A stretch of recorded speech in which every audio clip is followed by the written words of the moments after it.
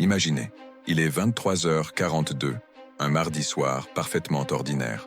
Vous êtes dans votre salon, peut-être avec un verre de vin, peut-être en train de regarder votre téléphone. Vos enfants dorment. Votre chien est allongé près du canapé. Dehors, le ciel est dégagé, l'une de ces nuits rares où les étoiles semblent presque proches. Et là, dans ce silence confortable, quelque chose se produit dans le ciel. Une lumière, pas comme un éclair, pas comme un feu d'artifice. Quelque chose d'autre. Quelque chose que vous n'avez jamais vu de votre vie. Une explosion si massive, si violente, si inconcevable qu'en une fraction de seconde, la Lune, cet astre qui veille sur l'humanité depuis 4 milliards d'années, n'existe plus. Elle a été détruite. Et personne sur Terre n'était prêt pour ce qui allait suivre. Ce soir, nous allons vivre ensemble les 72 heures les plus terrifiantes que la Terre ait jamais connues. Minute par minute, heure par heure. Nous allons suivre la destruction de la Lune, comprendre ce que la science dit réellement sur ce qui arriverait à notre planète, à nos océans, à nos nuits, à notre axe de rotation, à nos saisons, et à nous, aux êtres humains, aux Français, à vous. Parce que ce scénario, aussi apocalyptique qu'il paraisse, repose sur de la physique réelle, des données scientifiques vérifiables et des modèles que les chercheurs eux-mêmes ont simulés. Ce n'est pas de la science-fiction, c'est de la science. Et c'est terrifiant. Mais avant d'aller plus loin, je veux vous poser une question, une seule. Et j'ai besoin que vous y réfléchissiez vraiment, pas en surface mais en profondeur. Sans la Lune, combien de temps l'humanité survivrait-elle? 10 ans? 100 ans? Une génération? Posez votre réponse dans les commentaires maintenant, avant la fin de cette vidéo. Parce qu'à la fin, vous allez changer d'avis. Je vous le garantis. La Lune n'est pas simplement ce disque lumineux que les poètes admirent et que les enfants dessinent en jaune dans leur cahier d'école. La Lune est, littéralement, le régulateur de la vie sur Terre. Elle contrôle nos marées. Elle stabilise l'axe d'inclinaison de notre planète. Elle ralentit notre rotation. Elle gouverne les cycles biologiques de milliers d'espèces animales et végétales. Elle influence les comportements humains à un niveau que la science commence à peine à comprendre pleinement. Sans la Lune, la Terre serait une planète radicalement différente, une planète hostile, une planète où la vie telle que nous la connaissons n'aurait peut-être jamais existé. Et ce soir, dans ce scénario, elle vient d'être arrachée du ciel. Il y a quelque chose de profondément humain dans la Lune, quelque chose que nous ressentons mais que nous n'arrivons pas toujours à expliquer. Les marins de Bretagne la lisaient pour prévoir les tempêtes. Les agriculteurs de Provence plantèrent leurs vignes selon ces phases. Les amoureux de Paris lui confiaient leurs serments sous les ponts de la Seine. Pendant des millénaires, la Lune a été une présence constante, rassurante, immuable dans notre ciel. Et voilà qu'en une nuit, elle disparaît dans une explosion cosmique d'une violence inimaginable. Ce que vous allez découvrir dans cette vidéo va changer la façon dont vous regardez le ciel ce soir. Et peut-être pour toujours. Restez avec moi, parce que ça ne fait que commencer. Mais commençons par le commencement, par le météore lui-même. Parce que pour détruire la Lune, et oui, nous parlons bien de destruction totale, pas d'un simple cratère, pas d'une cicatrice de surface, mais d'une fragmentation complète de notre satellite naturel. L'objet qui l'a frappé devait être d'une taille et d'une vitesse absolument colossales. Les scientifiques qui ont modélisé ce type de scénario, notamment des équipes de la NASA et de l'Agence spatiale européenne, estiment qu'il faudrait un astéroïde d'au moins 100 km de diamètre, voyageant à une vitesse relative de plusieurs dizaines de kilomètres par seconde, pour libérer suffisamment d'énergie cinétique pour pulvériser un corps céleste de la taille de la Lune. Pour vous donner une idée de ce que cela représente, l'astéroïde qui a tué les dinosaures, il y a 66 millions d'années, mesurait environ 10 à 12 km. Ce qui vient de frapper la Lune dans notre scénario est 10 fois plus grand. 10 fois. L'impact libère une énergie équivalente à des millions de milliards de bombes atomiques explosant simultanément. La surface lunaire, en une fraction de seconde, se vaporise. Les couches internes de la Lune, comprimées par le choc, rebondissent vers l'extérieur à des vitesses supersoniques. Des milliards de tonnes de roches lunaires sont projetées dans toutes les directions. Certains fragments partent vers l'espace profond. D'autres, et c'est là que commence le vrai cauchemar pour nous, sont projetés directement en direction de la Terre. Depuis votre salon, depuis les rues de Paris, depuis les plages de la Côte d'Azur, depuis les vignobles de Bordeaux, vous verrez quelque chose que jamais aucun être humain vivant n'a vu. La Lune qui explose. En temps réel, à l'œil nu, la lumière du flash voyage à 300 000 km par seconde. La distance entre la Lune et la Terre est d'environ 384 000 km, ce qui signifie que 1,3 secondes après l'impact, La lumière de l'explosion atteint vos yeux. En 1,3 secondes, votre monde change pour toujours. Vous voyez un flash d'une blancheur aveuglante là où la Lune se trouvait, puis le silence, puis la réalisation progressive, horrifiante, que ce que vous venez de voir n'était pas un rêve. Les réseaux sociaux s'embrasent dans quelques minutes. Les chaînes d'information en continu interrompent leur programme. Les gouvernements tentent de contacter leurs agences spatiales pour comprendre ce qui vient de se passer. Mais personne n'a de réponse immédiate. Personne n'a de protocole pour ça. Aucun plan d'urgence mondial n'a jamais été conçu pour faire face à la destruction de la Lune, parce que c'était, jusqu'à ce soir, considéré comme impossible. Et pendant ce temps, à 384 000 km de distance, les débris de ce qui était autrefois notre Lune commencent leur voyage vers nous. Certains fragments font la taille d'une voiture, d'autres font la taille d'une ville, et ils arrivent tous vers la Terre. La question n'est plus de savoir si des débris lunaires vont atteindre notre atmosphère. La question est de savoir combien, à quelle vitesse et où ils vont tomber. Et la réponse à cette question va déterminer si des villes entières survivent aux prochaines 24 heures. Des villes comme Lyon, comme Marseille, comme Paris, ce n'est que le début. Et le pire n'est pas encore arrivé. Parlons maintenant de quelque chose que très peu de gens comprennent vraiment. Le rôle exact de la Lune dans la stabilité de notre planète. Parce que ce que nous allons explorer ici, c'est le cœur scientifique de cette catastrophe. C'est la raison pour laquelle la destruction de la Lune n'est pas simplement un événement spectaculaire dans le ciel, c'est le début de la fin de la Terre telle que nous la connaissons. La Lune stabilise l'axe d'inclinaison de la Terre. Cette phrase peut sembler technique, abstraite, lointaine, mais laissez-moi vous expliquer ce qu'elle signifie vraiment, concrètement, pour votre vie quotidienne. La Terre tourne sur elle-même avec un axe incliné à environ 23,5 degrés par rapport à son orbite autour du Soleil. C'est cette inclinaison qui crée les saisons. C'est grâce à elle que nous avons des étés chauds en France, des hivers froids, des printemps et des automnes. C'est grâce à elle que les agriculteurs savent quand planter et quand récolter. C'est grâce à elle que les écosystèmes fonctionnent dans un équilibre fragile mais stable depuis des millions d'années. La Lune, par sa masse et sa gravité, agit comme un gyroscope cosmique. Elle maintient cet axe à 23,5 degrés. Elle empêche la Terre de basculer. Sans elle, les simulations scientifiques, notamment celles publiées dans la revue Astronomy and Astrophysics, montrent que l'axe terrestre pourrait osciller de façon chaotique entre 0 et 85 degrés sur des échelles de temps géologiques. Imaginez ce que cela signifie. À 0 degré d'inclinaison, il n'y a plus de saison. Le Soleil frappe l'équateur en permanence. Les pôles restent dans une nuit perpétuelle. À 85 degrés d'inclinaison, c'est l'inverse. Les pôles reçoivent plus de lumière solaire que l'équateur. Le climat mondial s'effondre dans des cycles de chaleur et de froid extrêmes impossibles à prévoir. Mais voici ce que les scientifiques précisent. Ce basculement ne se produirait pas en une nuit, pas en un an. Il se produirait sur des milliers d'années. Ce qui signifie que dans les premières 72 heures de notre scénario, l'axe terrestre ne bougera pas encore de façon perceptible. La catastrophe immédiate vient d'autre chose. Elle vient des marées, elle vient des débris, elle vient de l'obscurité absolue des nuits sans lune, et elle vient du chaos psychologique d'une humanité qui vient de perdre, en une fraction de seconde, l'un des piliers fondamentaux de son rapport au ciel et au temps. Il y a quelque chose que je veux que vous compreniez maintenant, avant de continuer.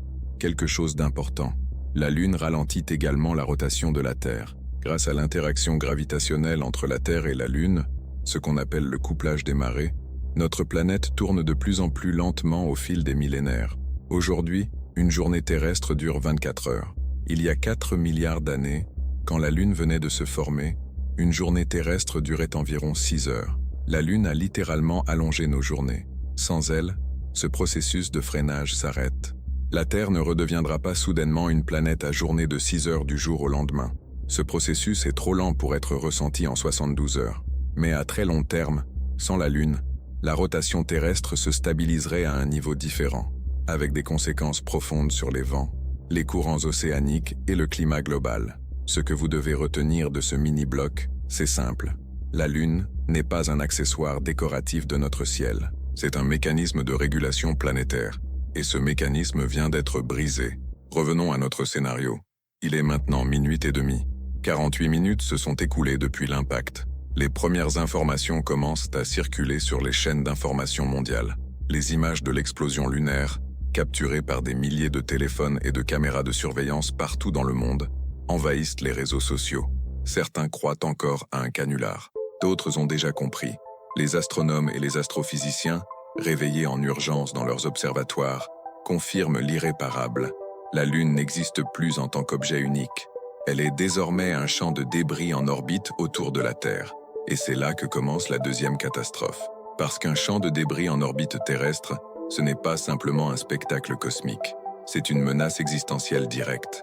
Les débris lunaires qui restent en orbite vont former, au fil des semaines et des mois, ce que les scientifiques appellent un anneau de débris, similaire aux anneaux de Saturne, mais composé de roches et de poussière lunaire. Certains de ces débris retomberont progressivement sur Terre, sous forme de météorites, pendant des années, voire des décennies. La Terre deviendra une cible permanente, mais dans les premières heures, le danger est différent. Les débris les plus rapides, projetés par l'impact à des vitesses suffisantes pour quitter l'orbite lunaire mais insuffisantes pour quitter le système Terre-Lune, sont déjà en route vers notre atmosphère. Les modèles balistiques, le calcul de trajectoire de ces fragments, indiquent que les premiers débris significatifs commenceront à entrer dans l'atmosphère terrestre entre 6 et 18 heures après l'impact, ce qui nous laisse une fenêtre courte, précieuse, terrifiante. Les gouvernements du monde entier sont en état d'alerte maximale. En France, le président est réveillé à 00h30. L'Élysée active son cellule de crise. Le ministre de l'Intérieur contacte les préfets. L'armée est en alerte. Mais que faire exactement?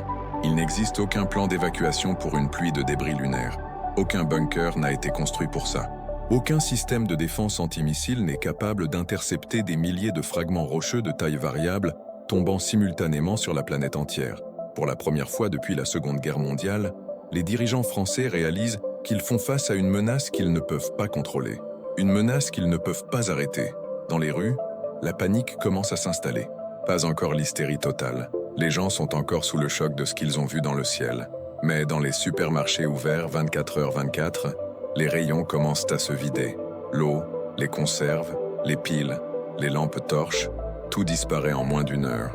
Les stations-service voient des files d'attente se former dans la nuit. Les routes nationales commencent à se congestionner alors que des familles tentent de fuir les grandes villes côtières, convaincues, à juste titre, que quelque chose de terrible est sur le point d'arriver depuis la mer.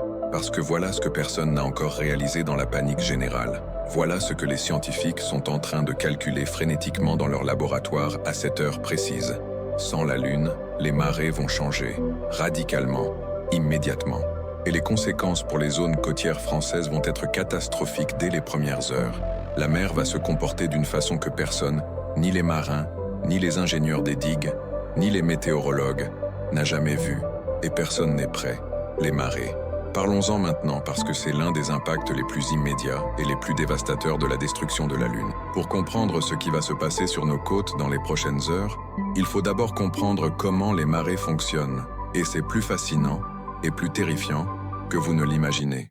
Les marées sont causées par la force gravitationnelle de la Lune qui tire sur les océans terrestres. La face de la Terre, qui est tournée vers la Lune, subit une attraction plus forte, ce qui crée un renflement de l'eau, une marée haute, du côté tourné vers la Lune. Simultanément, la force centrifuge de la rotation Terre-Lune crée un second renflement de l'autre côté de la Terre. C'est pour ça qu'il y a 2 marées hautes et 2 marées basses par jour dans la plupart des endroits du monde. Le Soleil contribue également aux marées, mais sa contribution est environ 2,2 fois moins importante que celle de la Lune, en raison de la distance bien plus grande qui nous sépare de lui. Sans la Lune, les marées ne disparaissent pas complètement, mais elles perdent environ 70% de leur amplitude, ce qui paraît peut-être rassurant à première vue, mais ce n'est pas rassurant du tout. Voici pourquoi.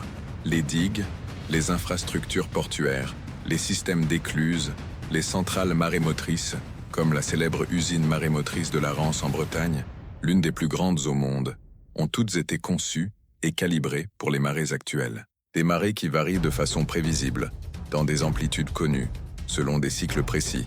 La suppression soudaine de 70% de cette amplitude crée un chaos hydraulique immédiat. Les systèmes d'écluses s'ouvrent au mauvais moment.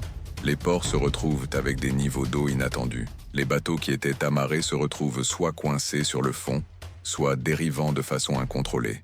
Mais il y a pire, bien pire. La disparition brutale de la force gravitationnelle lunaire va provoquer une oscillation des masses d'eau océaniques. Comme un verre d'eau qu'on secoue brusquement, les océans vont réagir à la suppression soudaine de la force qui les maintenait en équilibre. Des ondes de submersion, techniquement appelées sèches à l'échelle océanique, pourraient se propager dans l'Atlantique, frappant les côtes françaises de façon imprévisible. La Bretagne, les Landes, le Pays basque, la Normandie, des régions entières dont l'économie et la géographie sont construites autour des marées, vont vivre quelque chose d'inédit. Et puis il y a les écosystèmes côtiers. Les zones intertidales, ces espaces entre la marée haute et la marée basse, sont parmi les écosystèmes les plus riches et les plus diversifiés de la planète. Des milliers d'espèces de mollusques, de crustacés, d'algues, de poissons, ont évolué pendant des millions d'années, en s'adaptant précisément au cycle des marées lunaires. La suppression de ces cycles est, pour ces espèces, l'équivalent d'un extinction event localisé. En quelques semaines, les zones intertidales françaises, dont dépendent directement des secteurs entiers de l'économie littorale, de la pêche, de l'ostréiculture, du tourisme, vont commencer à mourir, silencieusement, irrémédiablement. Vous avez suivi jusqu'ici?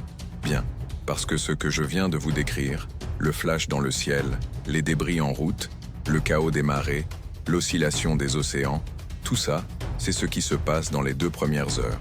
Dans les 70 premières heures qui suivent, ce qui attend la Terre est encore plus sombre, encore plus définitif. Et dans la prochaine partie, nous allons entrer dans le cœur de la nuit, une nuit sans lune. La première vraie nuit noire que l'humanité moderne ait jamais connue.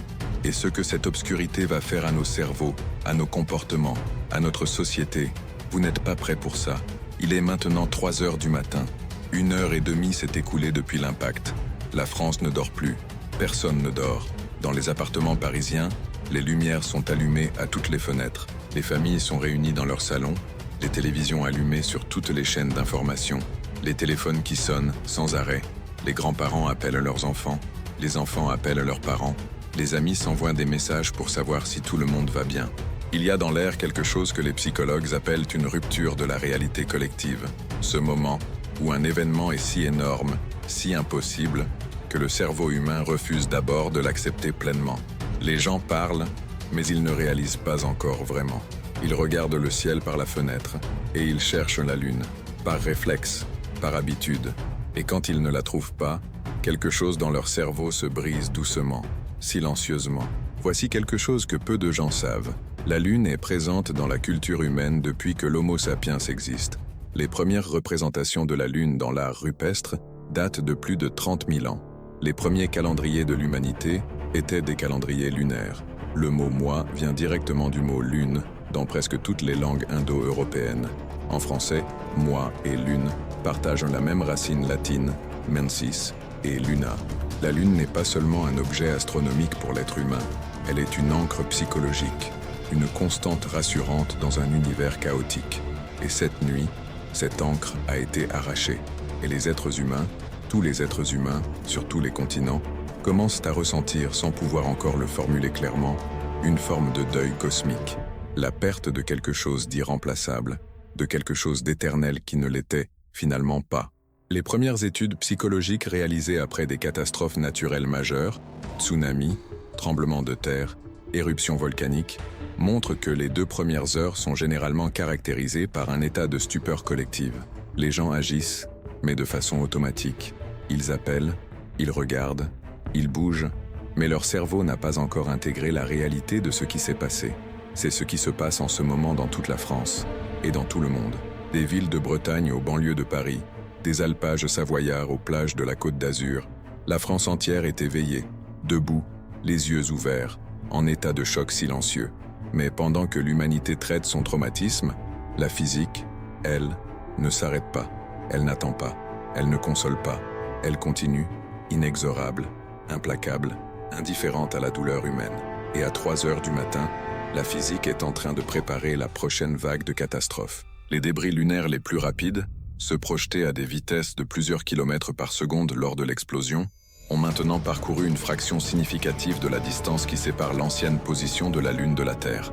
Ils sont en route, ils arrivent.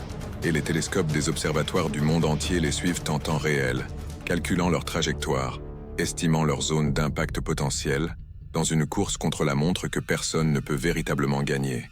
Il y a quelque chose de particulièrement terrifiant dans l'attente, dans le fait de savoir que quelque chose arrive sans pouvoir l'arrêter. Les scientifiques le savent, les gouvernements le savent, et dans les prochaines minutes, le public va le savoir aussi. Parce qu'à 3h15 du matin, le Premier ministre français va apparaître en direct à la télévision nationale. Et ce qu'il va dire va transformer la stupeur collective en quelque chose de bien plus difficile à gérer. Il va dire la vérité. Et la vérité ce soir est que personne ne peut promettre que demain matin, les villes côtières françaises seront encore intactes. Parlons maintenant de la nuit elle-même, de cette obscurité nouvelle, étrange, que personne n'avait jamais vraiment expérimentée auparavant. Parce que depuis que l'humanité existe, les nuits n'ont jamais été vraiment noires. Il y a toujours eu la lune, même lors des nuits de nouvelle lune, quand la lune est entre la Terre et le Soleil et n'est pas visible. Elle est là, quelque part dans le ciel, même si on ne la voit pas. Sa présence diffuse une luminosité résiduelle très faible dans l'atmosphère. Mais surtout, psychologiquement, on sait qu'elle est là. On sait qu'elle reviendra. On sait que dans quelques jours, le croissant réapparaîtra à l'horizon. Cette certitude a bercé l'humanité pendant des millions d'années. Cette nuit, cette certitude a disparu. Et avec elle, quelque chose d'essentiel dans la relation entre l'être humain et la nuit.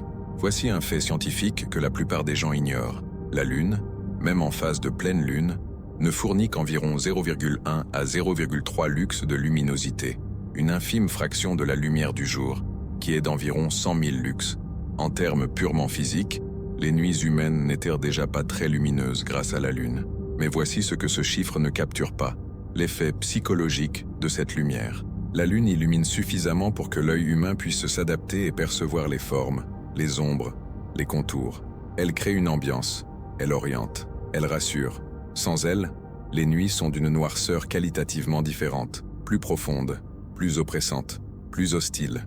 Les scientifiques qui étudient le comportement humain nocturne ont montré que la luminosité lunaire influence directement la qualité du sommeil, les niveaux de mélatonine et même les comportements sociaux nocturnes. Des études publiées dans la revue Current Biology ont démontré que les humains dorment en moyenne 20 minutes de moins et s'endorment plus tard les nuits de pleine lune, même s'ils sont dans des pièces sans fenêtre. Le cycle lunaire est inscrit dans notre biologie à un niveau profond, millénaire, que nous commençons à peine à comprendre, et ce cycle vient d'être supprimé, définitivement.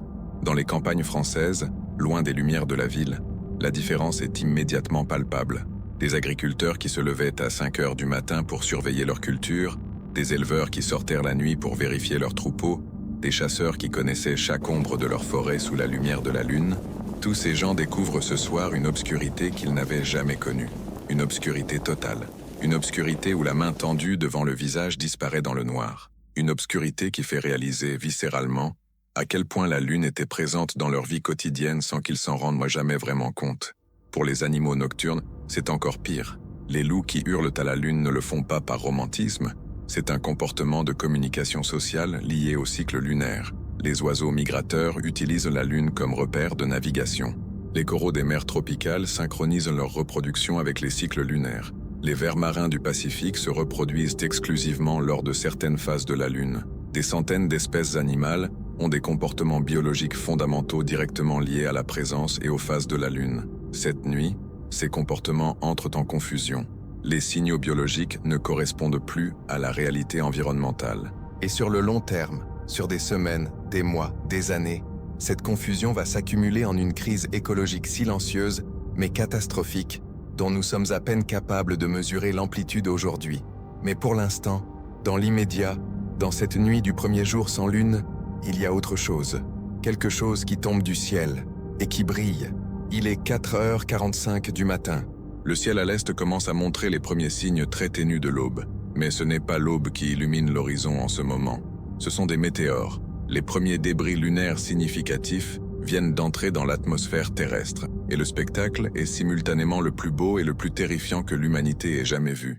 Laissez-moi vous décrire ce qui se passe, physiquement, quand un fragment de roche lunaire entre dans l'atmosphère terrestre. Le fragment, imaginons un bloc de roche grise de la taille d'un camion, arraché de la surface de la Lune par l'explosion, voyage dans le vide spatial à une vitesse d'environ 10 à 20 km par seconde. Quand il atteint les premières couches de l'atmosphère terrestre, à environ 120 km d'altitude, il commence à percuter les molécules d'air. Cette collision entre la roche et l'air crée une compression et un échauffement extrêmement violents. En quelques secondes, la surface du fragment monte à plusieurs milliers de degrés. la roche commence à se vaporiser, et cette vaporisation produit un plasma lumineux, une traînée de lumière incandescente qui traverse le ciel de part en part. De la surface de la France, dans la nuit noire et sans lune, ces traînées lumineuses sont visibles à des centaines de kilomètres de distance. Chaque fragment qui entre dans l'atmosphère crée une ligne de feu blanc-orange dans le ciel. Et ce soir, ce ne sont pas une ou deux traînées, c'est une pluie. Une pluie continue, incessante, de dizaines puis de centaines de fragments qui entrent dans l'atmosphère en même temps. Le ciel de la France ressemble à ce moment à un champ de bataille cosmique. Des lignes de feu s'entrecroisant dans toutes les directions. Des explosions lumineuses dans les hautes couches atmosphériques, quand des fragments plus petits se désintègrent complètement avant d'atteindre le sol. Et de temps en temps, pas souvent mais suffisamment pour terrifier, un fragment plus grand qui ne se désintègre pas complètement. Un fragment qui survit à la traversée de l'atmosphère. Un fragment qui continue de tomber. Les astronomes ont un terme pour les météores qui survivent à la traversée atmosphérique et atteignent le sol. Les météorites. Et cette nuit, des météorites lunaires, des fragments de notre ancienne lune, vont commencer à tomber sur la Terre, sur nos terres, sur nos forêts, sur nos champs. Et peut-être, la probabilité est faible, mais elle existe et elle est calculée en temps réel par des équipes de scientifiques sur nos villes. La France métropolitaine couvre environ 550 000 km². La probabilité qu'un fragment significatif tombe directement sur une zone urbaine densément peuplée dans les premières 24 heures est estimée à moins de 5%. Mais avec des milliers de fragments en route, même une probabilité de 5% devient une quasi-certitude statistique quelque part en France. Les sirènes d'alerte résonnent maintenant dans toutes les grandes villes françaises. Le gouvernement a activé le plan Orsec, le plan national d'organisation des secours, mais personne ne sait vraiment quoi dire à la population. Restez à l'intérieur, éloignez-vous des fenêtres, descendez dans les caves. Les instructions officielles sont vagues, hésitantes, parce que les autorités elles-mêmes n'ont aucun protocole établi pour ce type d'événement. Ce qui est certain, c'est que les hôpitaux sont en état d'alerte maximale. Les pompiers sont mobilisés à 100%. Les forces de l'ordre patrouillent dans des rues désertes, parce que les gens, instinctivement, ont compris qu'il valait mieux rentrer chez soi, qu'il valait mieux être avec sa famille, qu'il valait mieux ne pas être dehors quand le ciel brûle. Et dehors, le ciel brûle vraiment. Il est 6 heures du matin. L'aube se lève sur une France qui n'a pas dormi. Et cette aube est différente de toutes les autres. Le soleil commence à poindre à l'horizon est, et cette fois c'est vraiment le soleil, pas un météore. Mais le ciel dans lequel il se lève est jonché de traînées de fumée et de poussière laissées par des dizaines de fragments lunaires qui ont traversé l'atmosphère pendant la nuit. Le lever du soleil ce matin ressemble à un tableau apocalyptique. Un ciel strié de lignes sombres et grises, une lumière orangée anormalement intense, filtrée par les poussières atmosphériques. Un monde qui ressemble à lui-même mais qui ne l'est plus. Voici ce qui s'est passé pendant la nuit sur les côtes françaises. Et c'est là que le scénario prend une dimension que peu de gens avaient anticipée. Alors que tout le monde regardait le ciel avec terreur, les océans, eux, faisaient quelque chose de silencieux et d'inexorable. Souvenez-vous de ce que nous avons expliqué sur les marées. La force gravitationnelle de la Lune maintient les marées dans un cycle prévisible. Sans cette force, les marées perdent 70% de leur amplitude. Mais ce que nous n'avons pas encore dit, c'est que cette transition ne se fait pas progressivement, doucement, de façon ordonnée. Elle se fait par à-coups, par oscillation. Et ces oscillations, sur un corps océanique aussi massif que l'Atlantique, créent des vagues de fond, des ondes longues de basse fréquence, qui se propagent sur des milliers de kilomètres. À 6 heures du matin, ces ondes de fond atteignent les côtes françaises de l'Atlantique. Ce n'est pas un tsunami. Le mot « tsunami » implique une vague courte et violente générée par un tremblement de terre ou un glissement de terrain sous-marin. Ce que les côtes françaises vont vivre, c'est quelque chose de différent. Techniquement appelé une onde de tempête gravitationnelle, une vague longue, lente, mais d'une hauteur anormale pour les conditions météorologiques actuelles. Sur les plages des Landes, l'eau monte doucement mais inexorablement, dépassant les lignes habituelles de marée haute, inondant les premières rangées de maisons balnéaires, les parkings, les restaurants de bord de mer. À Biarritz, les vagues déferlent sur la grande plage avec une énergie inhabituelle, emportant des transats, des cabines de plage, du matériel touristique. À La Rochelle, le port Vieux voit son niveau d'eau monter de plus d'1 mètre au-dessus de la marée haute normale, inondant les quais historiques et les restaurants du port. Personne n'est mort, pas encore, parce que la montée des eaux est suffisamment lente pour permettre l'évacuation. Mais les dommages matériels sont déjà considérables. Et les météorologues et les océanographes, qui observent ces données en temps réel sur leurs écrans, savent que ce n'est que la première oscillation, qu'il y en aura d'autres, que les océans mettront des semaines, voire des mois, à trouver un nouvel équilibre sans la Lune, et que pendant tout ce temps, les côtes françaises vont subir des épisodes répétés de montée des eaux anormales, imprévisibles, impossibles à modéliser avec précision parce que rien de tel ne s'est jamais produit dans les annales scientifiques. Le premier bilan provisoire de la nuit est dressé à 6h30. 17 météorites lunaires confirmées ont atteint le sol français. La plus grande, un bloc de roche d'environ 2 mètres de diamètre, a percuté un champ agricole dans la Beauce, créant un cratère d'impact de 7 mètres de diamètre et projetant de la terre et des fragments rocheux sur un rayon de 50 mètres.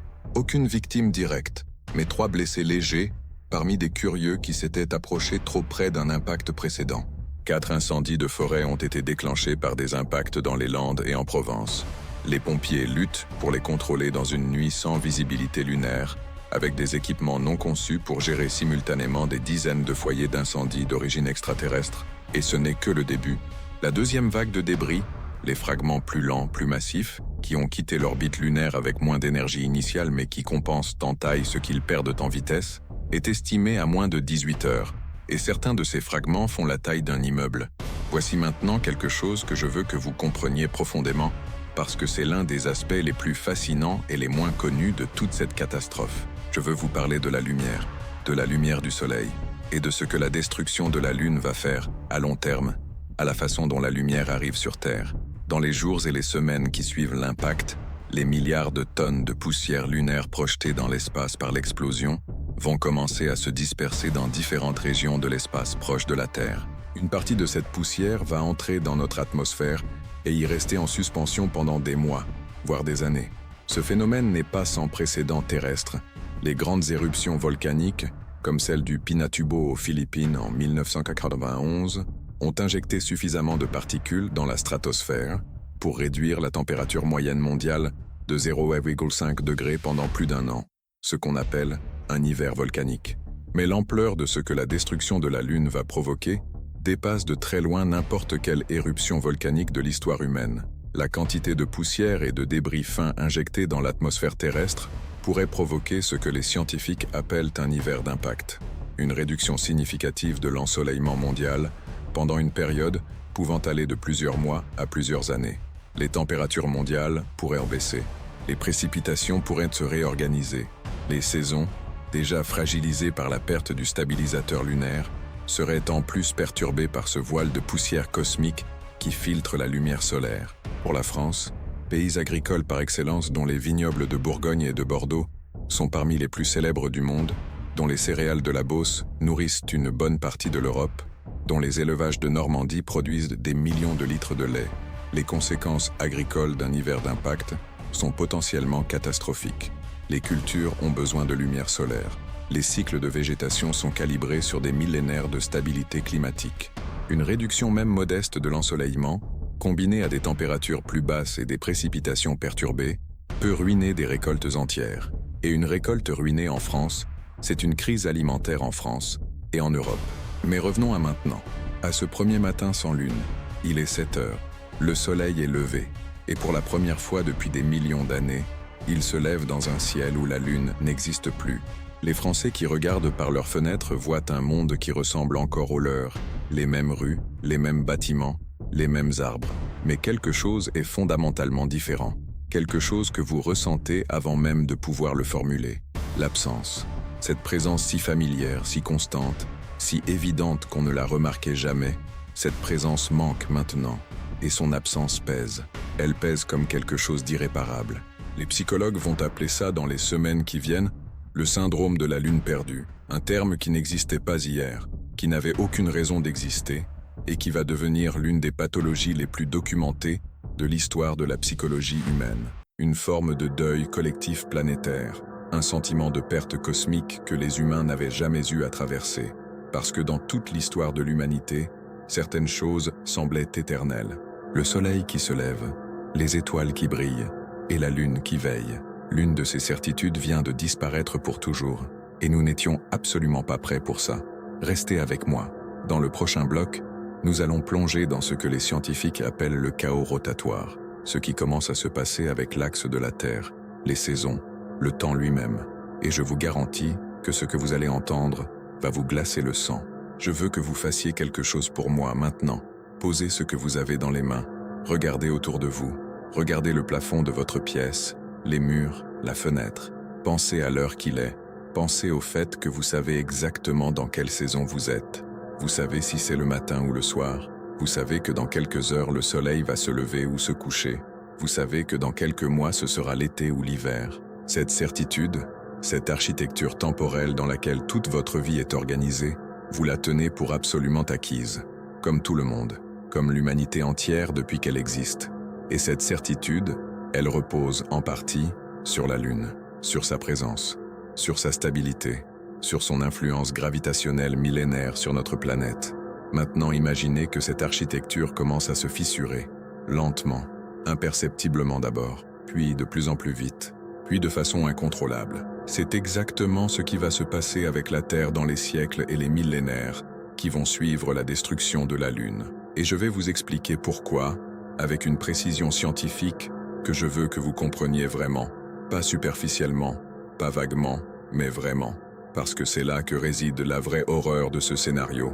Pas dans les météorites qui tombent, pas dans les marées qui changent, mais dans quelque chose de bien plus fondamental, de bien plus irrémédiable, de bien plus difficile à concevoir pour l'esprit humain. Commençons par un concept que les physiciens appellent le moment angulaire. Le moment angulaire, c'est, dit très simplement, la quantité de rotation d'un objet. Plus un objet est massif et tourne vite, plus son moment angulaire est élevé. La Terre tourne sur elle-même avec un moment angulaire énorme. C'est cette rotation qui crée nos jours et nos nuits. Mais voici ce que peu de gens savent. La Terre ne tourne pas seule. Elle tourne en interaction constante avec la Lune. Et cette interaction, ce balai gravitationnel entre les deux corps, a des conséquences directes sur la vitesse de rotation de la Terre et sur la stabilité de son axe. La Lune, par l'effet des marées qu'elle crée sur la Terre, et pas seulement sur les océans, mais aussi sur la croûte terrestre solide elle-même, exerce un léger frein sur la rotation de notre planète.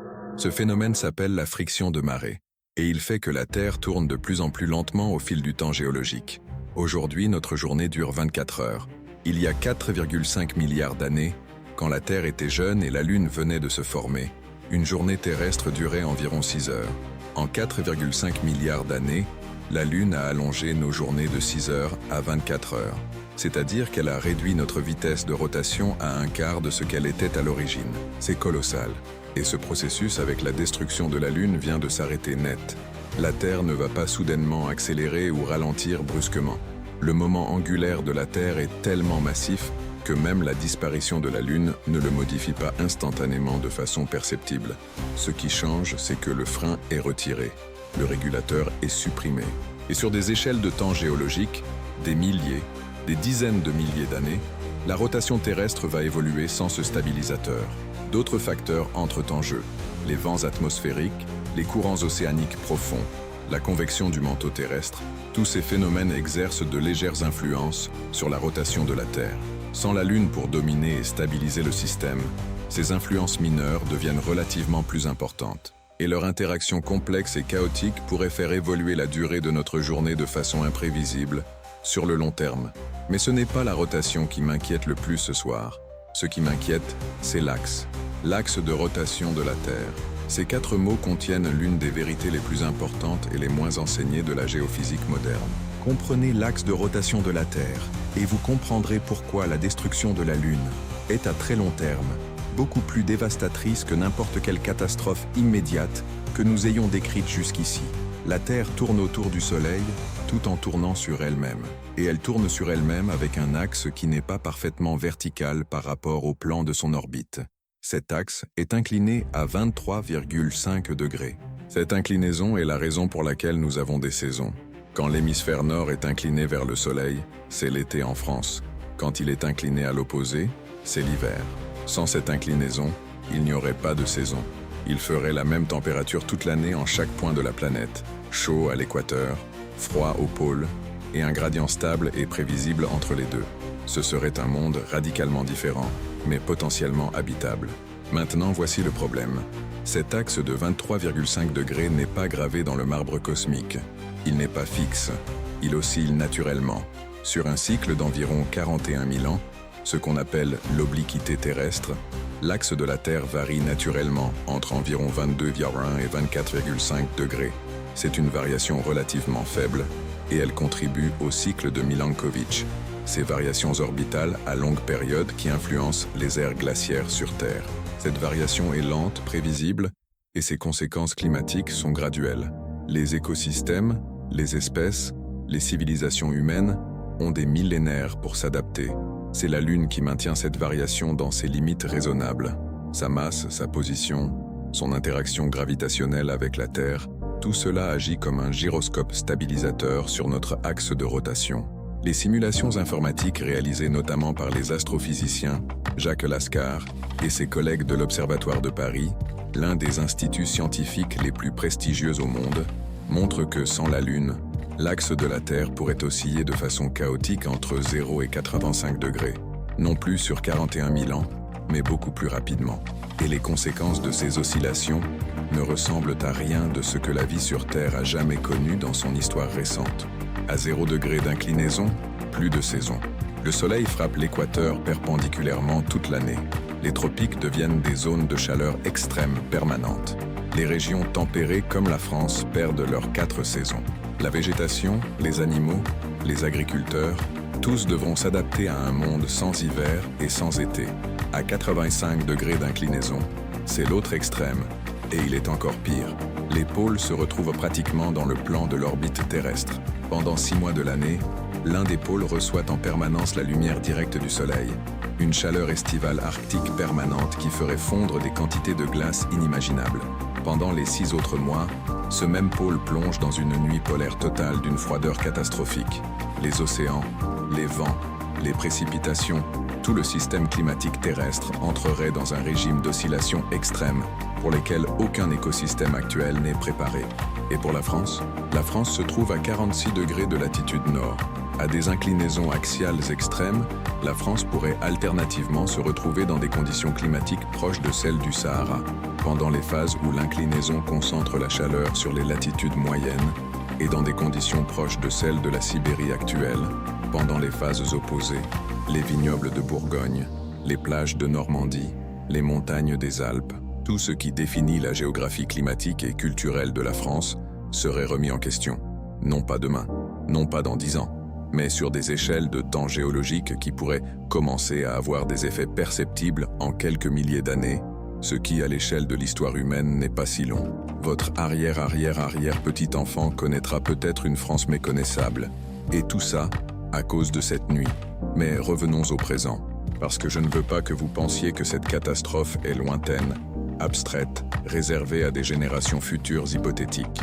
Ce qui se passe maintenant, dans ces premières 24 heures, dans ces premières 72 heures, a des conséquences immédiates, tangibles, qui touchent chaque être humain sur cette planète. Et parmi ces conséquences immédiates, il y en a une dont on n'a pas encore parlé et qui est peut-être la plus déstabilisante de toutes, la lumière et l'obscurité. Depuis que l'humanité moderne existe, depuis l'Homo sapiens, depuis 300 000 ans, il y a eu 2 sources de lumière nocturne naturelle, les étoiles et la Lune. Les étoiles sont trop diffuses, trop lointaines pour illuminer significativement la surface terrestre.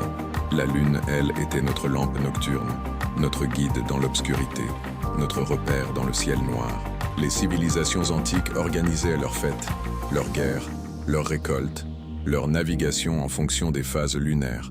Les calendriers agraires les plus anciens de l'histoire humaine, ceux de Mésopotamie, d'Égypte, de Chine, des peuples précolombiens, étaient tous des calendriers lunaires ou lunisolaires. La Lune était le premier outil de mesure du temps de l'humanité. Et maintenant, pour la première fois en 300 000 ans d'histoire humaine, les nuits sont absolument noires. Pas noires comme une nuit de nouvelle lune, parce que même alors on sait que la Lune reviendra, noire comme jamais, d'une noirceur définitive et permanente. Une noirceur qui ne finira pas dans 7 jours quand la pleine lune revient. Une noirceur qui ne finira pas dans 1 mois. Une noirceur qui est désormais la condition normale, permanente, irréversible de chaque nuit sur Terre, pour toujours. Cette obscurité a des effets immédiats et mesurables sur les êtres humains. Les études sur les populations vivant dans des régions polaires, où les nuits d'hiver durent plusieurs mois, montrent des taux significativement plus élevés de dépression saisonnière, de troubles du sommeil, d'anxiété et même de comportements agressifs. La lumière, et spécifiquement la lumière naturelle, est un régulateur neurologique fondamental pour le cerveau humain. Elle influence la production de sérotonine, de dopamine, de mélatonine. Elle calibre notre horloge biologique interne, le rythme circadien, sur le cycle naturel jour-nuit. Sans lumière lunaire pour démarquer doucement la nuit du jour dans les heures crépusculaires et de l'aube, les humains vivant loin des éclairages artificiels vont ressentir une désorientation temporelle profonde. Mais voici ce qui est vraiment fascinant et vraiment inquiétant pour moi. Réfléchissez à ceci. L'être humain moderne en France, en Europe, dans les zones urbaines, dépend de l'éclairage artificiel pour la quasi-totalité de sa vie nocturne. Pour lui, la Lune n'est plus vraiment fonctionnelle. Il n'oriente plus sa vie sur les phases lunaires. Il ne navigue plus à la lumière de la Lune. Il a des lampadaires, des néons, des écrans LED, des phares de voiture. Pour lui, la perte de la Lune n'est pas une perte pratique immédiate.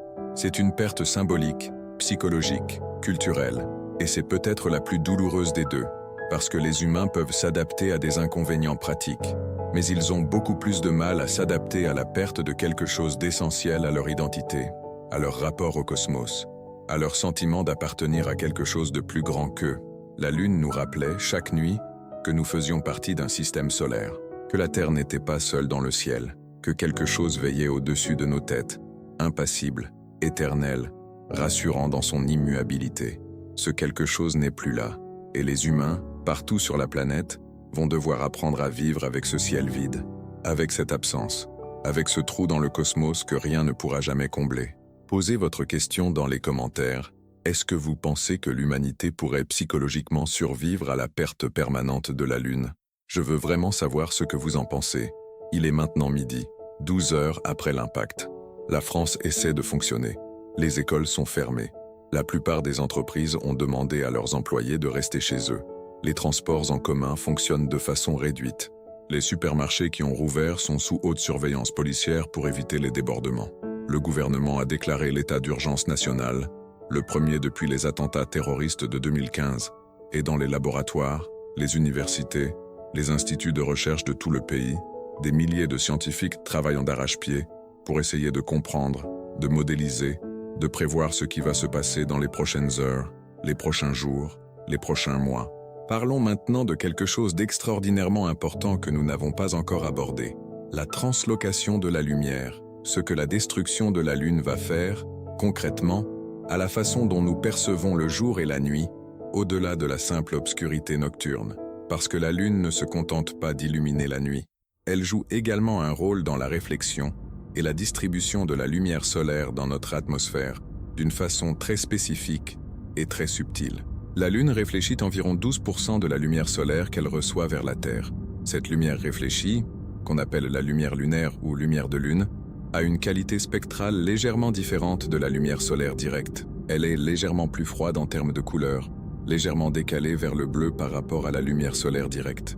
Et cette lumière influence, de façon subtile mais mesurable, la photosynthèse nocturne de certaines plantes, les comportements des insectes nocturnes, qui représentent une part énorme de la biomasse et de la pollinisation terrestre, et les rythmes biologiques de nombreux animaux. Sans la lumière lunaire réfléchie, les nuits perdent non seulement leur lumière visible, mais aussi cette composante spectrale subtile qui régulait des millénaires de vie nocturne terrestre. Les papillons de nuit qui s'orientaient à la lumière de la Lune vont se désorienter. Les coléoptères nocturnes qui utilisaient la polarisation de la lumière lunaire pour naviguer vont perdre leur boussole naturelle. Les espèces de plantes qui photosynthésisent légèrement à la lumière de la Lune vont perdre cette ressource minuscule mais réelle. Et puis il y a les marées atmosphériques, un concept que peu de gens connaissent mais qui est bien réel. La gravité de la Lune n'exerce pas seulement une influence sur les océans, elle exerce également une très légère influence sur l'atmosphère terrestre, créant des ondes de pression subtiles dans les couches atmosphériques inférieures. Ces ondes atmosphériques lunaires sont extrêmement faibles, de l'ordre d'une fraction de millibar, mais elles interagissent avec les systèmes météorologiques existants de façon complexe. Sans la Lune, ces interactions disparaissent. Et leur absence contribue, marginalement mais réellement, à modifier les patterns météorologiques à long terme. Considérez maintenant ceci, tous les effets que nous avons décrits, la stabilisation de l'axe, le freinage de la rotation, les marées, la lumière réfléchie, les marées atmosphériques. Tous ces effets agissaient simultanément, en permanence, depuis 4,5 milliards d'années. La vie sur Terre a évolué dans ce contexte. Elle s'y est adaptée. Elle en dépend à des niveaux que nous ne faisons que commencer à comprendre. La biosphère terrestre n'est pas construite pour fonctionner sans la Lune. Et les signaux de cette inadaptation vont commencer à se manifester dans les jours, les semaines, les mois qui viennent. Pas de façon spectaculaire et instantanée comme les météorites et les marées, mais de façon silencieuse, progressive, accumulatrice. Comme une dette biologique dont les intérêts commencent à courir à partir de cette nuit, et qui ne feront que s'accumuler inexorablement pour toutes les générations à venir. Le monde que vos enfants vont hériter n'est pas le même que celui dans lequel vous êtes nés. Et cette différence a commencé cette nuit, à 23h42, quand une lumière a déchiré le ciel au-dessus de la France. Nous approchons maintenant du moment le plus important de cette vidéo, celui où je vais vous demander de faire un pas en arrière, de sortir du scénario catastrophe, de regarder tout ce que nous venons de vivre ensemble, le flash dans le ciel, les débris, les marées, l'obscurité, l'axe qui va basculer, les saisons qui vont se dérégler, la lumière qui a changé, et de vous poser une question fondamentale, une question que les scientifiques se posent réellement, sérieusement, dans leurs publications académiques. Est-ce que la Lune était indispensable à l'émergence de la vie sur Terre? La réponse, vous vous en doutez, est oui. Mais le oui ne capture pas la profondeur de ce que cela implique. Parce que si la Lune était indispensable à l'émergence de la vie sur Terre, et les données scientifiques actuelles suggèrent très fortement que c'est le cas, alors cela signifie que la Lune n'était pas un accident cosmique, pas un détail anodin dans l'histoire de notre planète. C'était une condition nécessaire, une condition sine qua non de notre existence. La Lune s'est formée il y a environ 4,5 milliards d'années, à la suite d'un impact colossal entre la prototerre et un corps planétaire de la taille de Mars qu'on appelle Theia. Cet impact, l'un des événements les plus violents de l'histoire du système solaire interne, a projeté des quantités énormes de matière dans l'orbite terrestre qui se sont ensuite agrégées pour former la Lune. Ce n'était pas inévitable, c'était improbable. Et pourtant, ça s'est produit. Et si ça ne s'était pas produit, si Theia n'avait pas frappé la prototerre à cet angle précis, à cette vitesse précise, à ce moment précis, la Terre serait peut-être aujourd'hui une planète sans axe stable, sans marée significative, sans la diversité biologique qui a permis l'émergence de la vie complexe et finalement de l'intelligence. Nous n'existerions peut-être pas. Et ce soir, dans notre scénario, nous venons de détruire cette condition. Cette improbabilité précieuse qui a mis 4,5 milliards d'années à se mettre en place. Nous l'avons détruite en une fraction de seconde. Et la question qui se pose maintenant, pas dans les annales scientifiques, mais dans le cœur de chaque être humain qui regarde le ciel vide ce soir, c'est qu'est-ce qu'on fait avec ça? Comment est-ce qu'on continue? Comment est-ce qu'on reconstruit un sens, une direction, un avenir, quand une des fondations de notre monde vient d'être arrachée? La réponse, je crois, est dans quelque chose que l'humanité a toujours fait face aux catastrophes, quelque chose d'extraordinaire, quelque chose qui nous définit peut-être mieux que n'importe quelle autre caractéristique biologique ou culturelle. L'humanité s'adapte. Elle a traversé des extinctions massives, des glaciations, des éruptions volcaniques qui ont failli effacer la vie de la surface de la Terre. Elle a traversé des guerres, des pandémies, des famines. Et à chaque fois, une partie de l'humanité a survécu. Et cette partie a continué. Elle a reconstruit. Elle a trouvé de nouvelles façons de mesurer le temps, de naviguer dans l'obscurité, de cultiver la Terre sous un soleil différent. Les scientifiques, les ingénieurs, les philosophes, les artistes, tous les cerveaux de l'humanité vont maintenant travailler ensemble comme jamais ils ne l'ont fait pour comprendre ce nouveau monde sans Lune, pour développer de nouvelles technologies qui compensent ces effets, pour créer de nouveaux calendriers, de nouvelles mesures du temps, de nouveaux outils de navigation, pour adapter l'agriculture aux changements climatiques progressifs, pour construire des infrastructures côtières résistantes aux nouvelles marées. L'humanité est ingénieuse, elle est résiliente, et elle a malgré tout une capacité à trouver de la beauté et du sens même dans les situations les plus sombres. Mais ce soir, cette première nuit sans lune, il est permis de faire le deuil. Il est permis de regarder le ciel vide et de ressentir la perte, parce que quelque chose d'irremplaçable vient de disparaître. Et reconnaître cette perte, c'est aussi une façon d'honorer ce que la Lune a été pour nous pendant des millions d'années. Notre guide, notre ancre, notre compagne dans la nuit. Dans la prochaine partie, Nous allons explorer les 48 heures qui suivent et ce que la science dit sur les chances de survie à long terme de la civilisation humaine dans un monde sans lune. Et je vous préviens, c'est là que ça devient vraiment difficile. 48 heures. C'est là que nous sommes maintenant dans notre scénario. 2 jours complets se sont écoulés depuis la destruction de la Lune. Et je veux prendre un moment pour faire le bilan. Pas le bilan des dommages matériels, même si nous y reviendrons, mais le bilan de ce que l'humanité ressent, de ce que la France ressent, parce que dans toute catastrophe, il y a 2 crises qui se déroulent simultanément. La crise physique, matérielle, mesurable en dégâts et en victimes, et la crise psychologique, culturelle, existentielle, celle qui ne se voit pas dans les statistiques mais qui est peut-être la plus profonde, la plus durable, la plus transformatrice de toutes. La crise physique est sévère. En 48 heures, 43 météorites lunaires ont touché le sol français. 3 d'entre elles ont atteint des zones périurbaines, causant des dommages structurels importants à plusieurs bâtiments sans faire de victimes directes. Par chance, par évacuation préventive, par la faible probabilité statistique que ces fragments aient frappé exactement là où des gens se trouvaient. Les incendies de forêt, initialement 4, sont maintenant au nombre de 9. 7 d'entre eux sont partiellement maîtrisés. 2 continuent de progresser dans les Landes et en Corse. Le bilan humain, officiellement, est de 12 blessés graves et 240 blessés légers sur l'ensemble du territoire. Des chiffres qui auraient semblé catastrophiques dans n'importe quel autre contexte. Des chiffres qui, ce soir, paraissent presque miraculeux au regard de ce qui aurait pu se passer. Sur les côtes, la situation est plus complexe. Les ondes de fonte océanique ont provoqué des inondations côtières dans 17 communes du littoral atlantique et méditerranéen. Les dommages aux infrastructures portuaires sont estimés à plusieurs milliards d'euros. La centrale marémotrice de la Rance est à l'arrêt depuis 26 heures, privant de courant environ 600 000 foyers bretons qui dépendent partiellement de cette énergie. Les compagnies d'assurance ont suspendu le traitement de toutes les nouvelles réclamations en attendant une clarification juridique sur la catégorisation de cet événement. Catastrophe naturelle, événement sans précédent, force majeure cosmique, aucun contrat d'assurance au monde ne prévoyait la destruction de la Lune dans ses clauses. À l'échelle mondiale, le bilan est plus lourd. Des zones côtières à faible altitude dans des pays moins préparés que la France, Bangladesh, Philippines, îles du Pacifique, ont subi des inondations bien plus sévères. Les premières estimations parlent de plusieurs milliers de déplacés à l'échelle planétaire. Le système économique mondial, habitué à des crises mais jamais à une crise de cette nature, est en état de suspension temporaire. Les marchés financiers sont fermés, les liaisons aériennes internationales réduites au minimum. Le commerce mondial ralentit.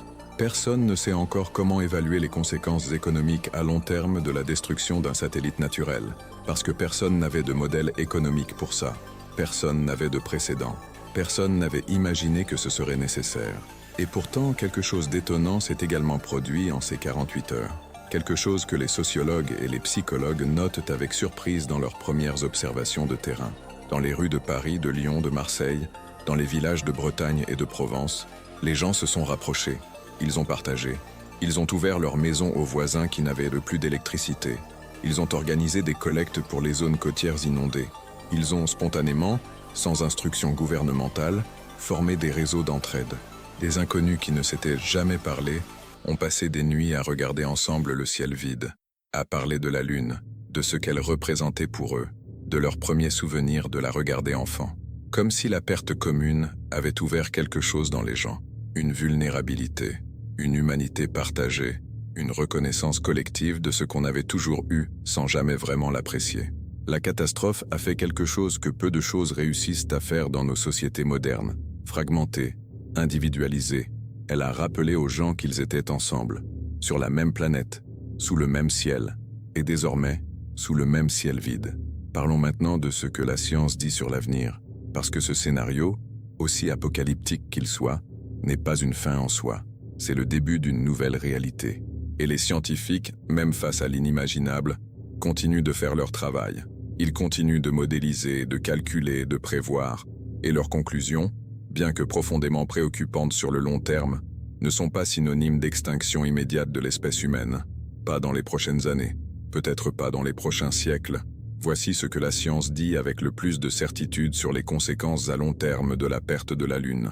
Premièrement, Et c'est peut-être la bonne nouvelle la plus significative, les effets les plus catastrophiques sur l'axe de rotation terrestre se déploieraient sur des milliers à des dizaines de milliers d'années. Pas sur une génération, pas sur 10 générations. L'humanité aurait du temps pour s'adapter, pour développer des technologies qui compensent les effets d'un axe instable, des systèmes d'agriculture artificielle en intérieur, des infrastructures côtières adaptables, des modèles de prévision climatique radicalement améliorés. L'humanité a déjà traversé des changements climatiques majeurs. Les ères glaciaires du Pléistocène ont été bien plus brutales que ce que l'oscillation axiale provoquerait sur les premiers millénaires.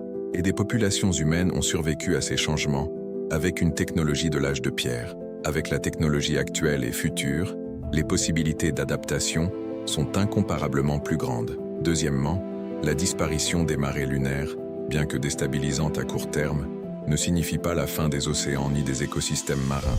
Les marées solaires, celles causées par le Soleil, persistent. Elles sont environ 2,2 fois moins puissantes que les marées lunaires, mais elles existent. Les océans continuent de circuler. Les courants océaniques profonds, comme la circulation thermohaline, le grand tapis roulant océanique qui distribue la chaleur à travers la planète, sont principalement entraînés par des différences de température et de salinité, pas par les marées lunaires directement.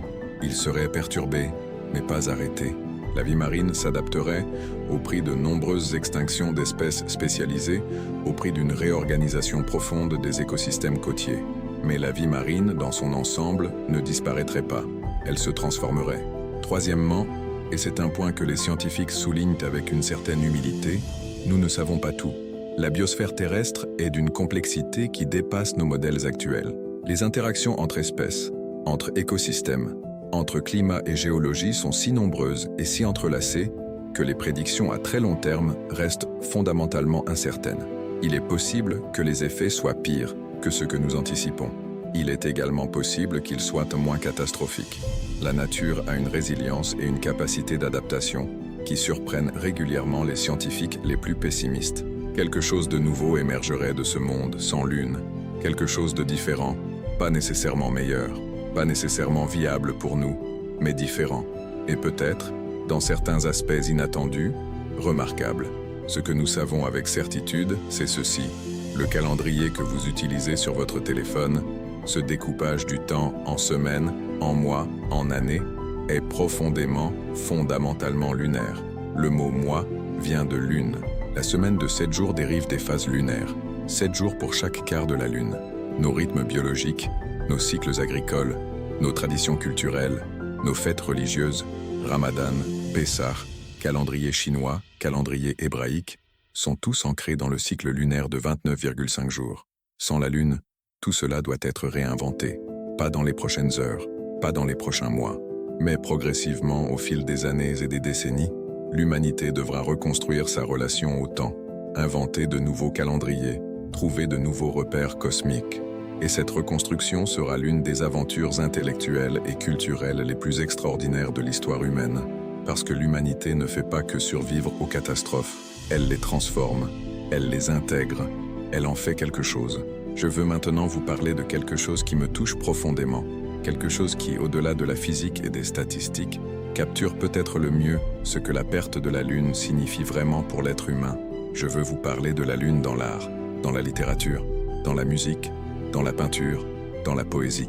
Parce que si vous cherchez une mesure de l'importance de la Lune dans la vie humaine, ne cherchez pas dans les manuels de physique. Cherchez dans les bibliothèques, dans les musées, dans les salles de concert. La Lune est l'objet céleste le plus représenté dans l'art humain de toute l'histoire. Des peintures rupestres préhistoriques aux toiles de Van Gogh, des poèmes de Rimbaud, ô Lune, l'autre nuit je t'aperçus en rêve, aux chansons de Brassens, des contes de fées, où la Lune veille sur les enfants perdus aux romans de science-fiction, où elle est la première étape de l'exploration humaine. La Lune a inspiré des millénaires de création humaine. Elle a été muse, symbole, métaphore, personnage. Elle a représenté la féminité et la cyclicité pour certaines cultures, la mort et le renouveau pour d'autres, le voyage et l'aventure pour d'autres encore. Dans la tradition française particulièrement, de Verne à Méliès, du romantisme à la nouvelle vague, la Lune occupe une place d'une importance culturelle extraordinaire. Cyrano de Bergerac le vrai, pas le personnage de théâtre, a écrit au XVIIe siècle l'un des premiers récits de voyage sur la Lune de la littérature française. Jules Verne a envoyé des hommes autour de la Lune dans « De la Terre à la Lune », un siècle avant que cela ne soit réellement possible. Georges Méliès a réalisé Le Voyage dans la Lune en 1902, l'un des premiers films de l'histoire du cinéma, et certainement le plus emblématique. Cette image, la fusée plantée dans l'œil de la Lune, est l'une des images les plus reconnaissables de toute l'histoire du cinéma mondial. Et elle est française. La France et la Lune ont une histoire d'amour culturel que peu de nations peuvent revendiquer avec autant de profondeur. Et ce soir, cette histoire d'amour est terminée. La Lune n'est plus là pour inspirer les poètes, pour guider les amoureux, pour bercer les enfants qui ne trouvent pas le sommeil, pour donner aux peintres cette lumière argentée si particulière, si irremplaçable, si lunaire. Le terme lui-même, lunaire, désigne quelque chose d'étrange et de beau à la fois, quelque chose qui n'appartient pas tout à fait au monde du quotidien. Tout cela appartient désormais au passé, et les artistes de demain devront inventer un nouveau vocabulaire pour un monde sans lune, une nouvelle façon de parler de la nuit, une nouvelle façon de chanter l'obscurité. Ce que je trouve le plus poignant dans tout ce scénario, ce n'est pas la physique du chaos axial, ce n'est pas la menace des météorites, ce n'est pas même la disruption des écosystèmes. C'est cette image que je ne peux pas m'enlever de la tête.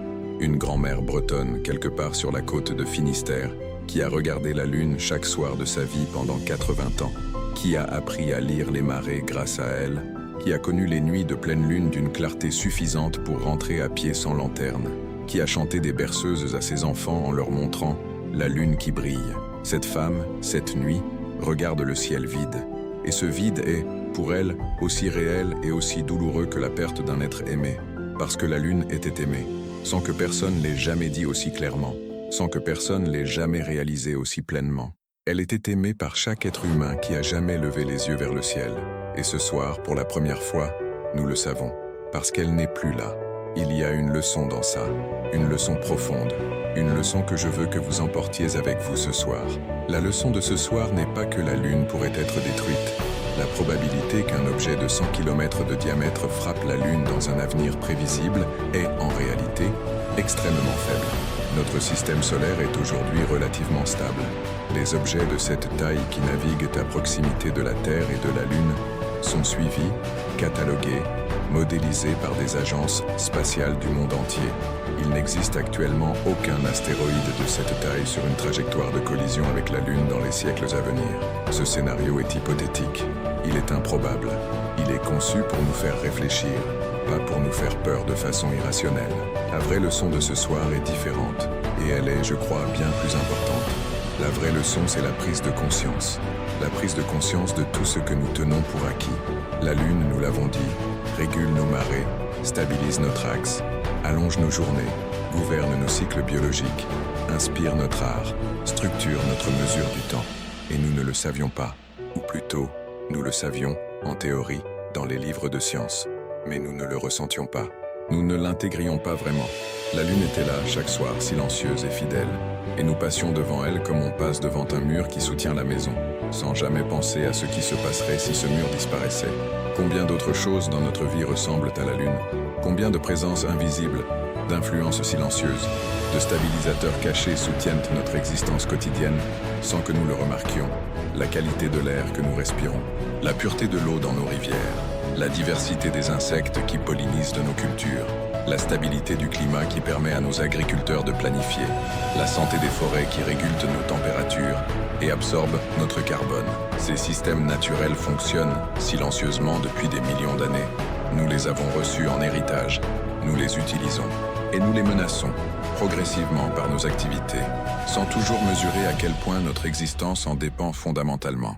Contrairement à la destruction de la Lune par un météore, un événement externe, soudain, inévitable, la dégradation de ces systèmes naturels, elle, est progressive, elle est causée, elle est réversible, au moins en partie, et c'est précisément pourquoi elle est plus difficile à prendre au sérieux, parce qu'elle ne se produit pas en un flash aveuglant dans le ciel un mardi soir, elle se produit lentement, imperceptiblement, un degré à la fois, une espèce à la fois, une forêt à la fois, et quand les effets deviennent enfin perceptibles, quand la disruption devient enfin impossible à ignorer, il est souvent trop tard pour un retour en arrière facile. La Lune nous donne un miroir pour regarder notre relation à la nature. pour voir, avec une clarté brutale et sans concession, à quel point notre existence est dépendante de systèmes que nous ne contrôlons pas, que nous comprenons imparfaitement et que nous avons tendance à ignorer jusqu'à ce qu'ils disparaissent. Et le message de ce miroir est simple, direct, urgent. N'attendez pas que quelque chose disparaisse pour en comprendre la valeur. N'attendez pas que le ciel soit vide pour réaliser que vous aimiez la lune. Ce soir, la lune brille encore dans votre ciel. Elle sera là ce soir quand vous éteindrez les lumières. Elle sera là demain soir, et le surlendemain, et dans un mois, quand elle sera pleine et brillante et belle. Elle est là, elle est réelle, et elle est précieuse d'une façon que vous ne soupçonnez peut-être pas encore pleinement. Levez les yeux ce soir, regardez-la, vraiment, regardez-la. Pour la première fois peut-être, ou à nouveau, avec les yeux de quelqu'un qui sait maintenant ce qu'elle est, ce qu'elle fait, ce qu'elle signifie, ce que le ciel serait sans elle. Nous voilà arrivés à la fin de ce voyage.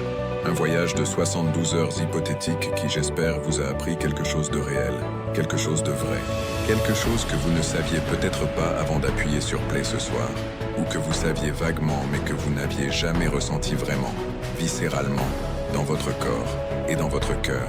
Récapitulons. Si un météore de 100 km de diamètre détruisait la Lune demain, voici ce qui se passerait. Dans la première seconde, un flash aveuglant visible depuis toute la face nocturne de la Terre. Dans les premières minutes, la panique mondiale, les réseaux sociaux en feu, les gouvernements réveillés. Dans les premières heures, les premières météorites lunaires entrant dans l'atmosphère, créant une pluie de feu spectaculaire et terrifiante. Les marées perdant 70% de leur amplitude, les côtes françaises confrontées à des ondes de fond océaniques inédites. La première vraie nuit noire de l'humanité moderne. Dans les premiers jours, des dizaines de météorites touchant le sol français, des incendies de forêt, des inondations côtières, la désorientation biologique de milliers d'espèces animales et végétales, le début d'un hiver d'impact progressif dû à la poussière lunaire en suspension dans l'atmosphère. Dans les premiers siècles et millénaires, l'instabilité progressive de l'axe terrestre, la transformation chaotique des saisons, la réorganisation fondamentale des écosystèmes, la disparition de pans entiers de notre culture et de notre mesure du temps. Et au-delà de tout ça, la perte de quelque chose que nous n'avions jamais perdu, de quelque chose que nous ne pouvions pas imaginer perdre, de quelque chose qui était si présent, si constant, si évident qu'il était devenu invisible. Comme tout ce qui est vraiment essentiel dans une vie. Voici ma question finale pour vous. Pas une question scientifique, une question humaine. Depuis ce soir, depuis ce voyage hypothétique que nous avons fait ensemble, est-ce que vous regarderez la Lune différemment? Est-ce que vous vous arrêterez, la prochaine fois que vous la verrez dans le ciel, pour vraiment la regarder, pour penser à ce qu'elle fait, en silence, sans se plaindre, sans demander de reconnaissance?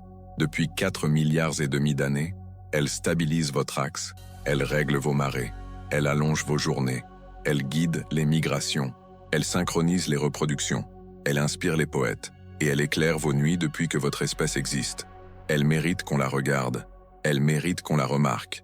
Et peut-être, elle mérite qu'on fasse un peu plus attention aux autres présences silencieuses et essentielles qui soutiennent notre monde, notre vie, notre avenir, avant qu'elles disparaissent, avant que le ciel soit vide, avant qu'il soit trop tard. Si cette vidéo vous a appris quelque chose ce soir, si elle vous a fait réfléchir, si elle vous a surpris, si elle vous a donné envie de regarder le ciel autrement, alors abonnez-vous à cette chaîne, parce que c'est exactement ce que nous faisons ici, à chaque vidéo. Nous prenons les grandes questions de la science, de la nature, de l'univers, et nous les explorons ensemble, en profondeur, sans simplification, sans condescendance. Nous les explorons comme elles méritent d'être explorées, avec rigueur, avec curiosité, et avec cette conviction que comprendre le monde dans lequel nous vivons est l'une des choses les plus précieuses et les plus humaines que nous puissions faire. Activez la cloche de notification pour ne manquer aucune de nos prochaines vidéos. Et dites-moi dans les commentaires, quelle est la prochaine grande question que vous voulez que nous explorions ensemble? L'univers est vaste, les questions sont infinies, et nous avons tout notre temps, tant que la Lune veille sur nous. À très bientôt.